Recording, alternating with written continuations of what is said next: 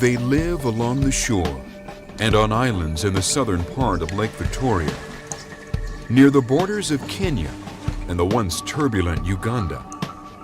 The Suba people.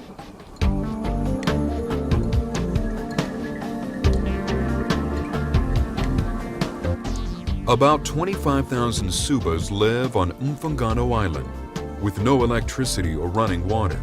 They live much like their ancestors have for centuries, fishing and farming. But as tranquil as their world appears, it is anything but. If I take you for a walk in my village, you would see a community that is threatened by being wiped out by HIV and AIDS. And you'll see in every family at the door several graves of small children, the graves of their parents, and you see houses that no one lives in anymore. People are dying here. I see people dying here. I see them dying every day. AIDS is brought in this island through the fishermen that are coming from the mainland to the island.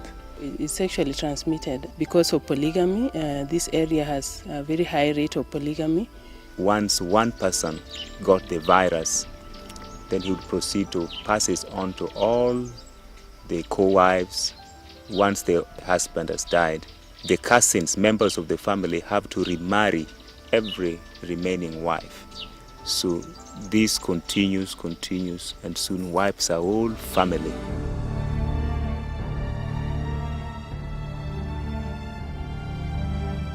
I know 50% of people you are seeing are walking are HIV positive. Here on Mfangano, most of the generation between ages 15 and 40 are dying from AIDS. They leave behind orphans like Walter. Before Walter's father died, he had served in the army. Walter had enough food, a place to live, and money to go to elementary school. But after his father died, Walter, his brother, and his father's 2 wives returned to the family's old home on Mfangano Island.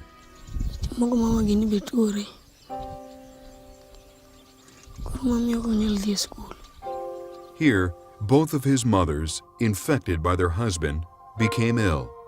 As the sickness advanced, Walter cared for them and their small farm. His big brother, then 11 years old, went to the fishing village to work. Times were hard.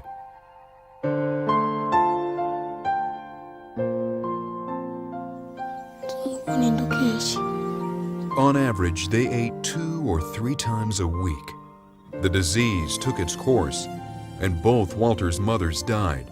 At age 17, Walter's brother died of the same disease, and Walter was alone, without hope. 12-year-old Janice was so young when his mother died that he can't remember her. When his father got AIDS, there was no one to care for the house. His father is dead now. There's only an anthill where their house once stood. Janice now lives with his impoverished grandmother. She struggles to care for Janice and 4 younger children, left by her other deceased children. Tich matek kabisa. En tich matek kech nyithindo matindo. Kapok iyudi kelo negi to gin ging'e ni nitie.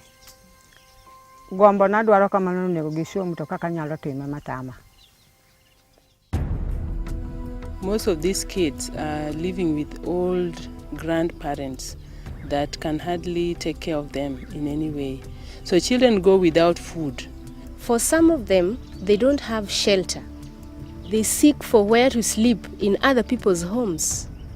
Other children begin to stigmatize them about this. So it keeps reminding them about a sad story all the time. You find they are abused, they are beaten up, they feel so demoralized. It's worse for girls because the girls would soon find themselves in prostitution again.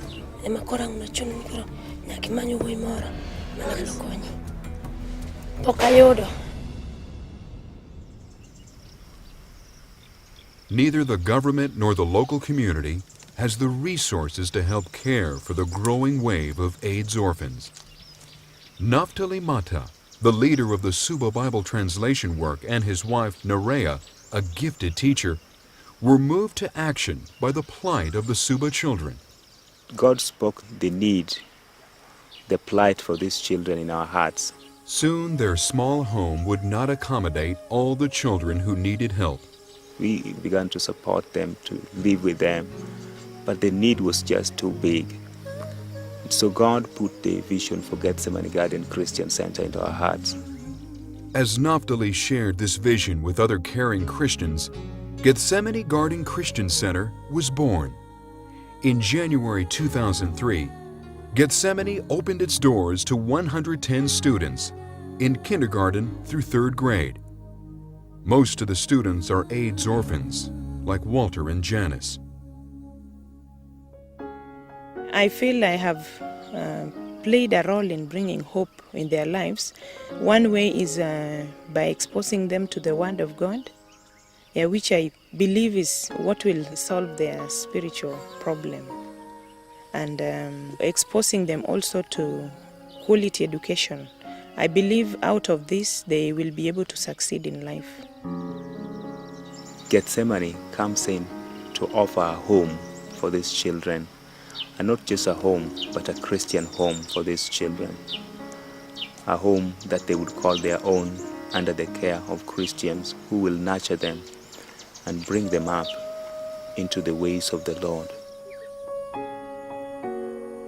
Through the love of Jesus, all the hope that was gone can be regained again.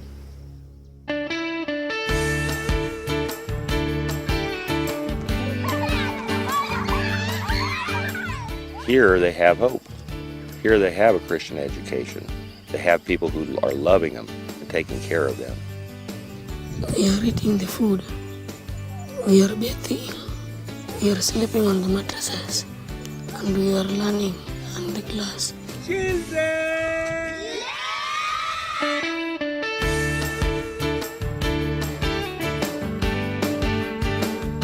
The gospel is not just words, that the gospel is relational. It is a touch.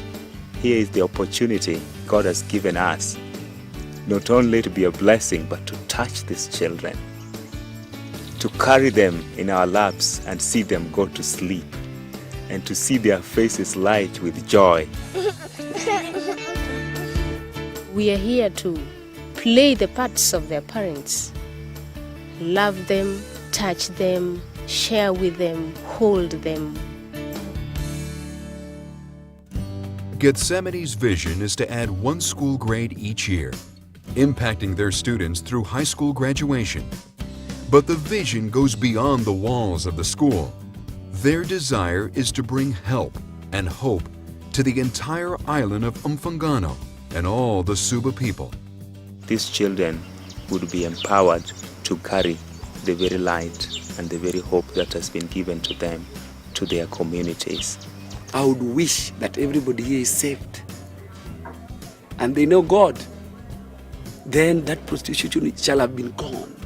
My prayer is that these kids would have a real spiritual transformation.